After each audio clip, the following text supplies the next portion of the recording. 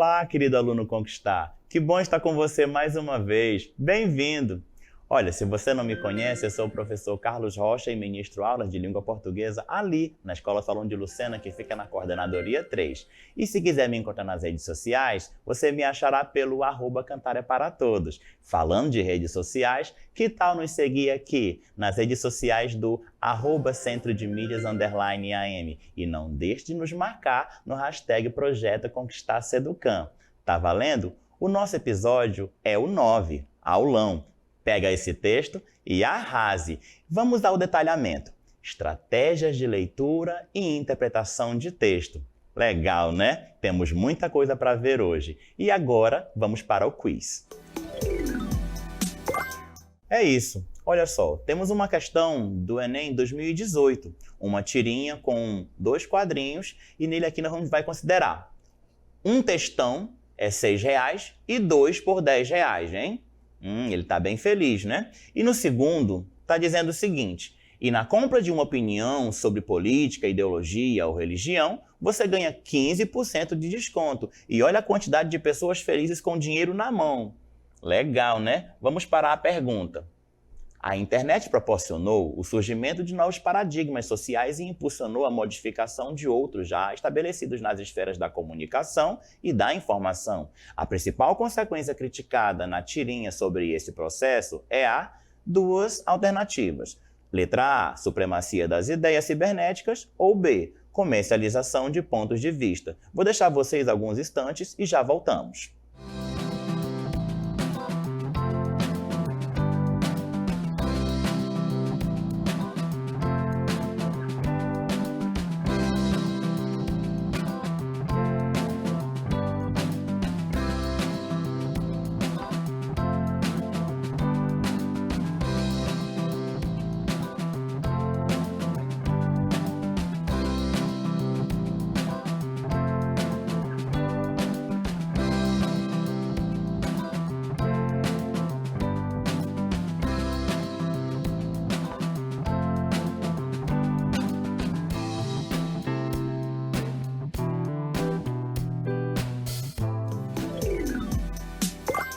Voltamos, e tenho certeza que você já descobriu a resposta, não é mesmo? Bem, vamos explorar então. Nesse primeiro momento, onde a questão está aplicada para a interpretação, vamos então tentar visualizar quais são os elementos, tanto verbais como não verbais, que vão te oportunizar encontrar a resposta correta. Bom, nesse primeiro quadrinho, nós temos na parte não verbal, nós temos aqui um vendedor, uma barraquinha e clientes. E no quadrinho número 2, parece que o vendedor está encontrando propensas pessoas a se interessar pelo produto dele. Parece que é venda, né? Beleza, vamos voltar para o quadrinho número 1, a parte verbal. Um textão é R$6 e 2 por 10, hein? Então, quer dizer aqui que ele já deu um desconto, porque se um texto sozinho custava 6, então isso indicaria que 2 textos eles significariam R$12. Então, ele já deu um desconto aqui. E no quadrinho número 2, essa questão do desconto, ele aparece tanto na palavra como na proposta mesmo dele. Olha só o que ele disse. E na compra de uma opinião sobre política, ideologia ou religião, você ganha 15% de desconto. Olha que interessante, né? Então, aqui foi introduzida a palavra compra dentro do diálogo do próprio vendedor. Essa barraquinha ainda tem mais alguns elementos que podem corroborar qual é o produto que ele está vendendo. Olha só, tem uma mãozinha de like, tem um balão, né? Que no caso ele está vendendo o seu próprio like, parece que está vendendo também a opinião dele escrever algum texto e também está vendendo compartilhar todo o texto que ele vai colocar lá. Então aqui, nesse momento, tudo está levando a acreditar que ele está vendendo o textão dele, vendendo o like dele, parece que ele está vendendo o que ele vai comentar e parece que ele está vendendo também compartilhar. E ele ainda ofereceu 15% de desconto. Esse 15% de desconto aparece escrito mesmo no texto. Então, esses spoilers e esses elementos vão nos levar para qual resposta? Resposta B, comercialização de pontos de vista. Olha que interessante, né? A frase menciona que a internet trouxe novos paradigmas sociais e modificou outros já estabelecidos na comunicação e informação. A questão pede qual é a principal consequência criticada na tirinha relacionada a esse processo. A resposta correta é a comercialização de pontos de vista, pois a crítica está relacionada à ideia de que a internet possibilitou a venda e a promoção de opiniões, em que as pessoas podem lucrar ou se beneficiar financeiramente ao promoverem determinadas ideias, muitas vezes sem considerar sua veracidade ou qualidade. E isso vai ficar pior no momento em que ele não está se importando e está até baixando o preço e dando desconto.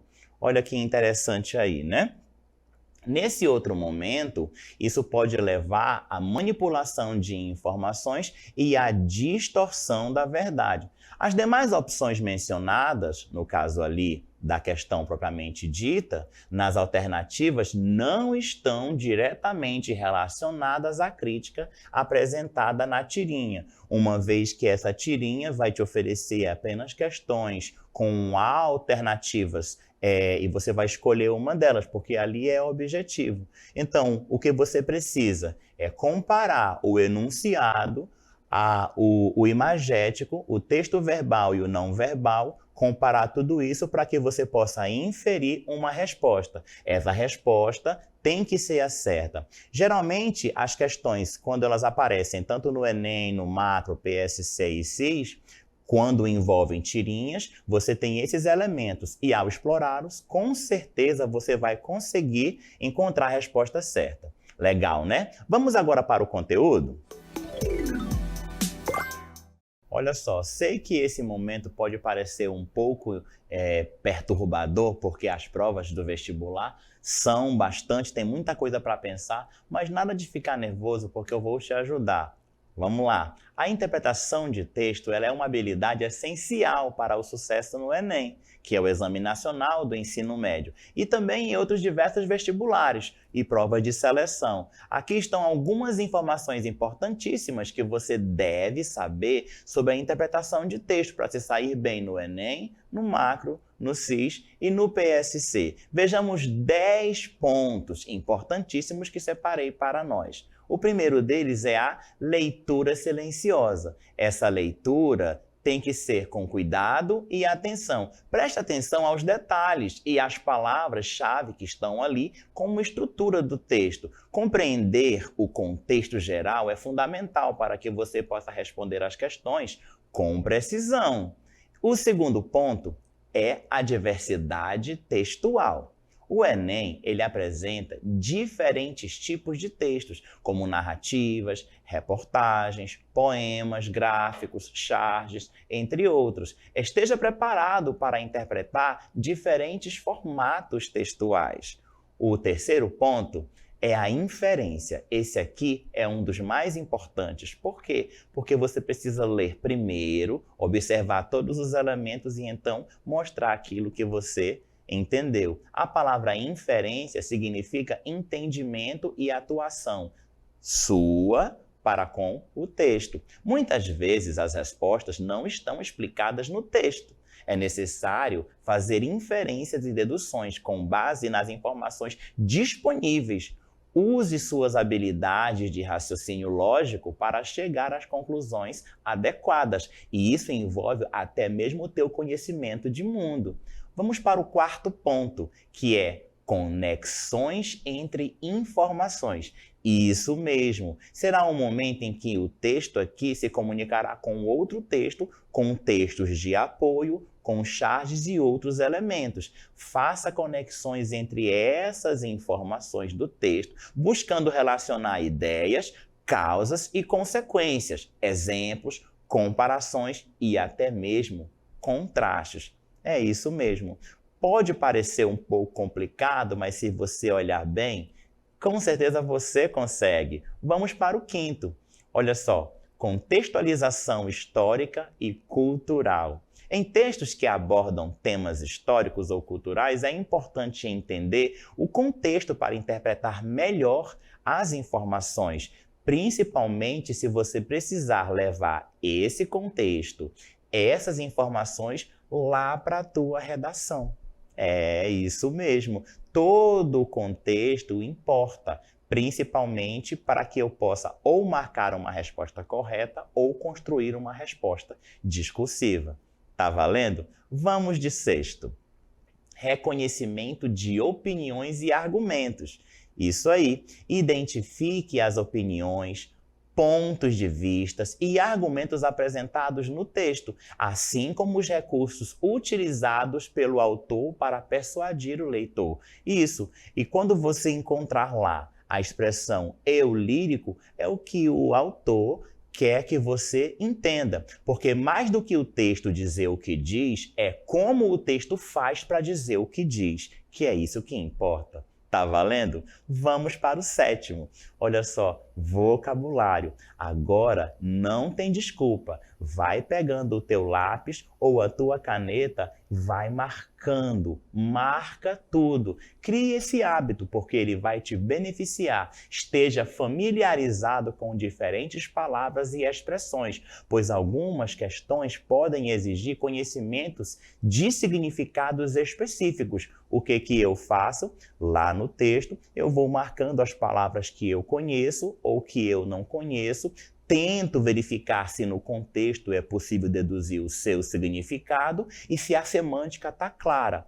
Também a presença de pronomes, elas vão te ajudar a identificar todos os elementos, principalmente aquilo que você quer como resposta.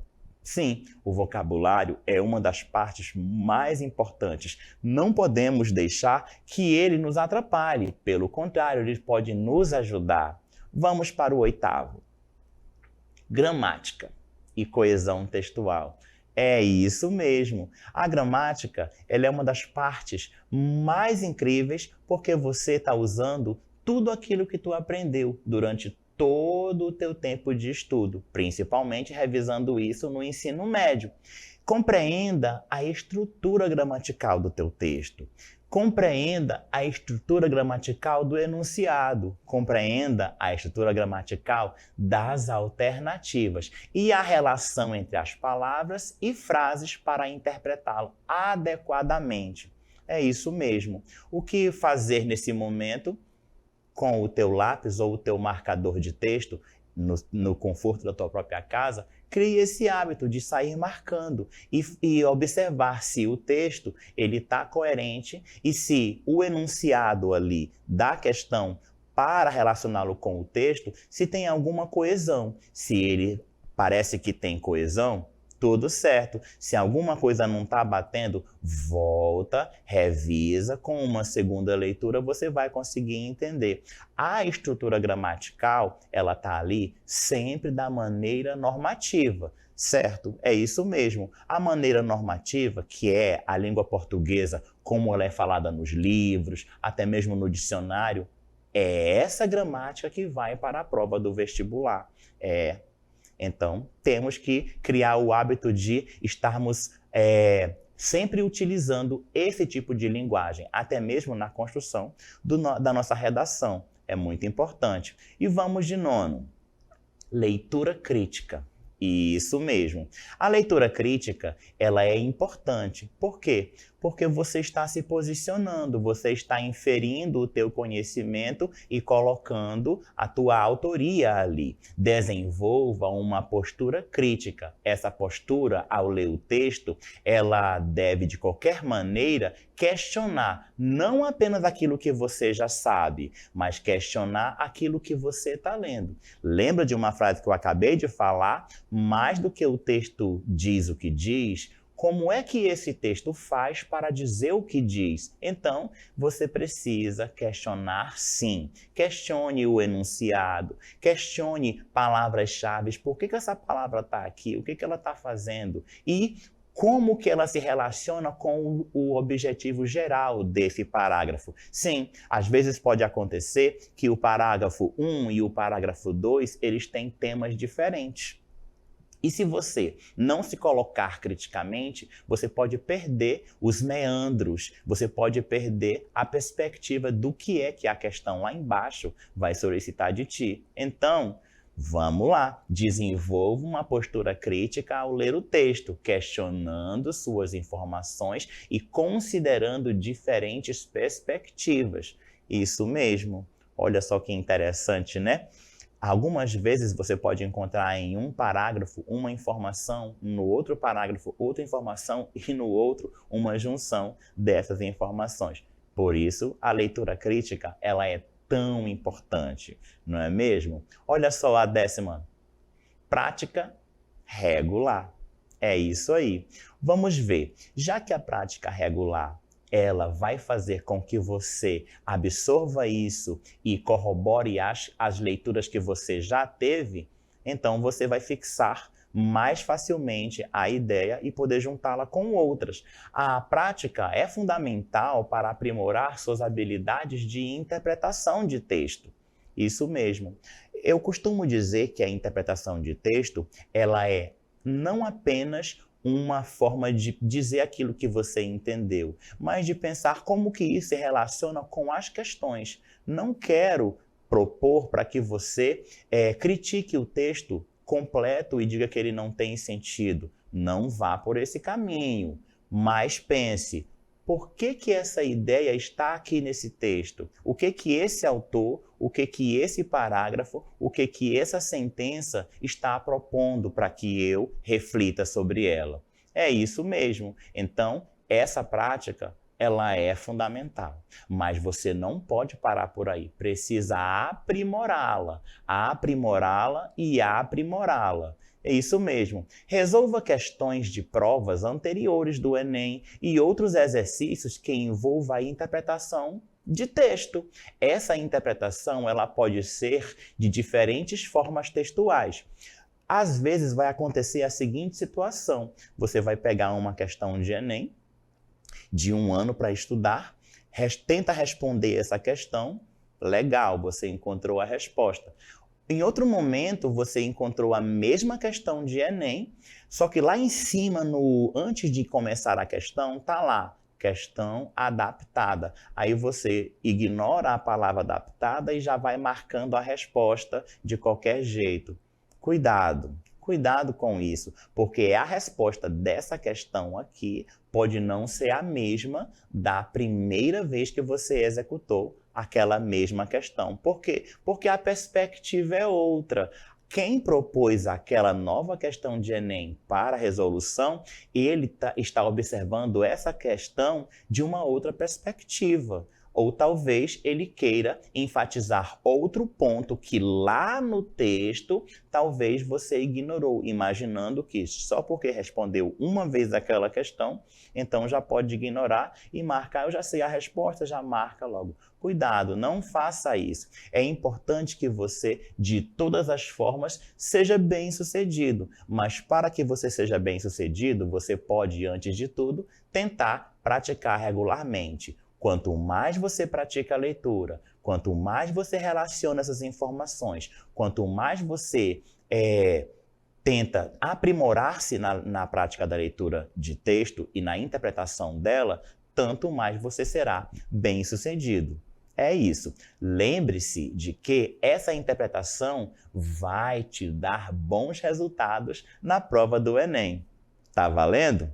E só para não deixar o que é indispensável, lembre-se de que a interpretação de texto é uma habilidade que se desenvolve com a prática, não é? Então vamos praticar. Dedique-se principalmente a ler textos diversos. Além disso, resolver exercícios de apresentação a fim de se preparar de forma eficaz para o Enem, para o PSC, CIS e Macro. Praticar, escrever redações, pois a interpretação também é essencial para uma boa argumentação e desenvolvimento do tema proposto. Vamos para a prática? Considere o fragmento a seguir. Ela era uma moça que tecia. Tecia desde a manhã até a noite. Tecia coisas belas e raras, mas tecia com os olhos fechados. Conhecia cada fio com o toque dos seus dedos. Acordava ainda no escuro como se ouvisse o sol chegando atrás das beiradas da noite e logo sentava-se ao tear. Linha clara para começar o dia, delicado traço cor da luz que ela ia passando entre os fios estendidos, enquanto lá fora a claridade da manhã desenhava o horizonte. Depois, lãs mais vivas, quentes lãs iam tecendo hora a hora em longo tapete que nunca acabava. Se era forte demais ao sol e no jardim pendiam as pétalas, a moça colocava na lançadeira grossos fios cinzentos de algodão mais felpudo. Em breve, na penumbra trazida pelas nuvens, escolhia um fio de prata que em pontos longos rebordava sobre o tecido. Leve a chuva vinha cumprimentá-la à janela. Mas se durante muitos dias o vento e o frio brigavam com as folhas e espantavam os pássaros, bastava a moça tecer com seus belos fios dourados para que o sol voltasse a acalmar a natureza. Texto de Marina Colasanti.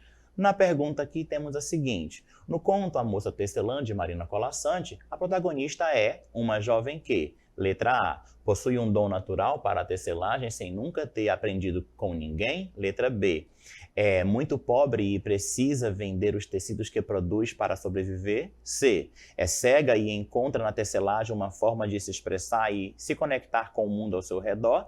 D, vive em um mundo em que a tecelagem é a única forma de arte valorizada e reconhecida. Ou E, se recusa a se casar e prefere dedicar a sua vida à tecelagem, o que causa conflito com a sua família. Isso nos leva para qual? A alternativa letra C, né? No conto A Moça Tecelã, de Marina Colasanti, a protagonista é uma jovem que é cega e se encontra, né, na tecelagem, uma forma de se expressar e se conectar com o mundo ao seu redor.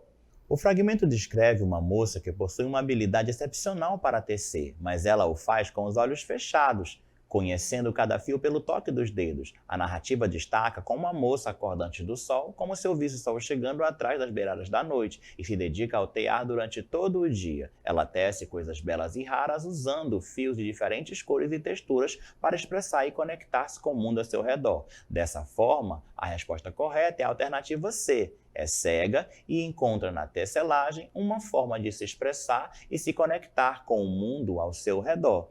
É isso. Vamos então para o quiz 2. Tá valendo? Vejamos o que temos aqui nesse segundo quiz. Leia o seguinte trecho. Você acha que eu sou burro? Pois eu não sou não. Eu sei muito bem o que está acontecendo aqui. Estou sendo enganado e manipulado por vocês. Olha esse texto, olha que clamor e olha a imagem. Em seguida, nós temos aqui, a partir desse trecho acima, identifique a função predominante da linguagem e assinale a alternativa correta. Letra A, poética. Letra B, emotiva.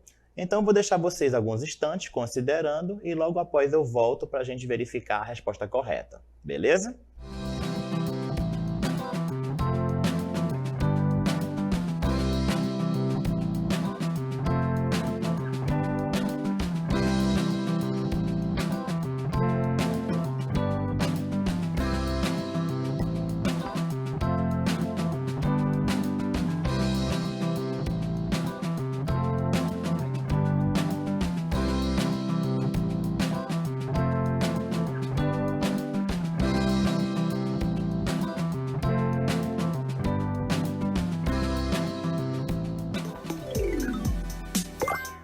E aí, conseguiu identificar a resposta? É molezinha, molezinha. Bom, antes disso, nós podemos refletir um pouco sobre o que nós sabemos sobre as funções da linguagem. A questão utilizou duas, a poética e a emotiva.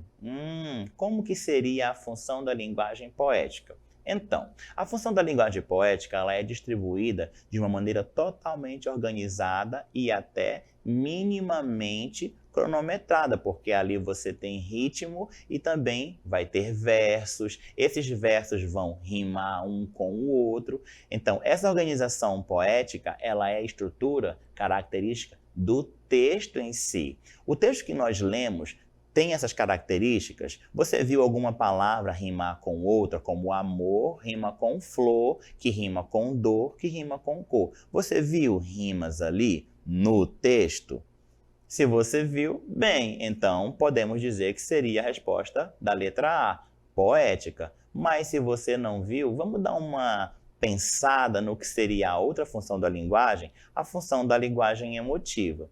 O que seria? A função da linguagem emotiva, ela tem esse objetivo que a própria palavra diz. Ela quer te emocionar, ela quer causar algum tipo de sentimento em ti. Na disposição do texto, os elementos textuais, você deve perceber ali algo que causa pena, que causa angústia, que causa raiva, né? E quando você viu essa disposição do texto, dá para pensar que seria a resposta emotiva? Vamos revelar a resposta?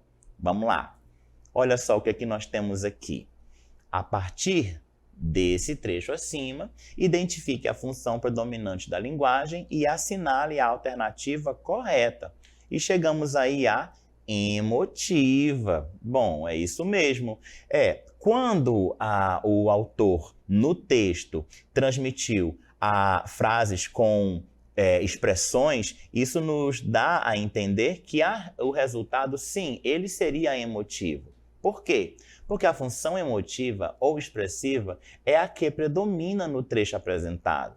O emissor do discurso utiliza a linguagem para expressar seus sentimentos, emoções e opiniões em relação à situação em que se encontra. E eu vou destacar aqui sentimentos, emoções e até mesmo opiniões.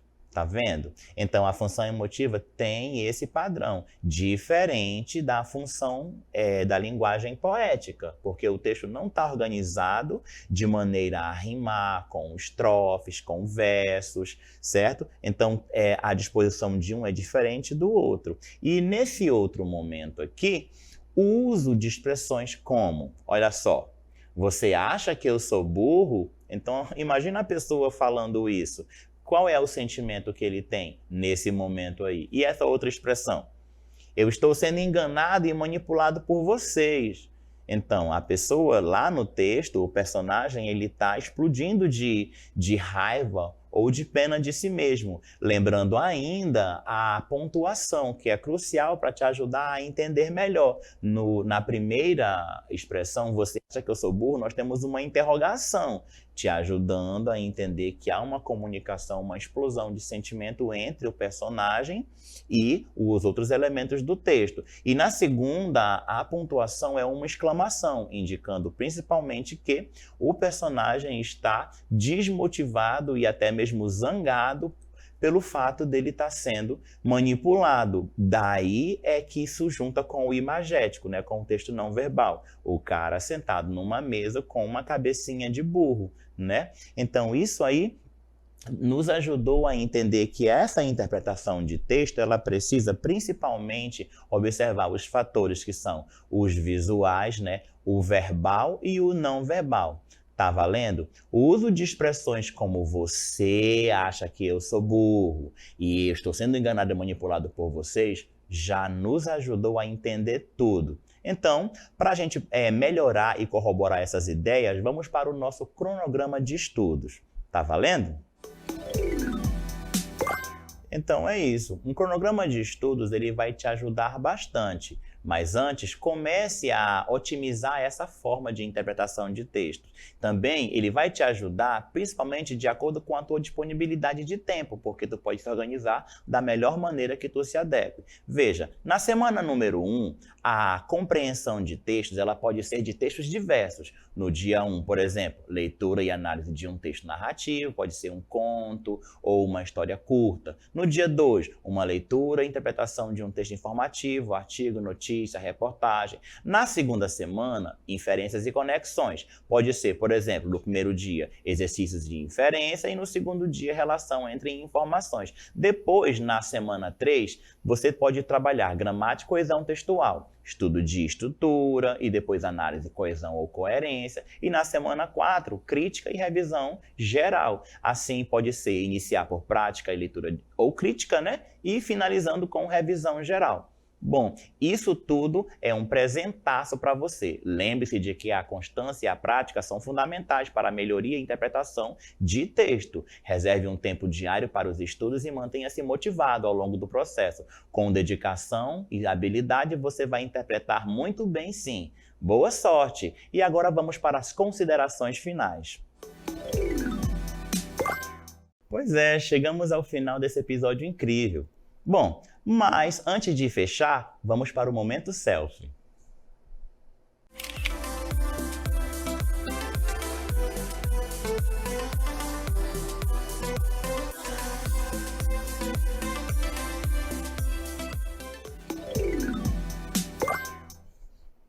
É isso. Olha só, vou deixar contigo nossas redes sociais. Segue lá rapidão. Tá valendo? Centro de Mídias _AM. E pode nos marcar também, então, #Projeto Conquistar Seducan. Tá valendo? Bons estudos e tchau, tchau!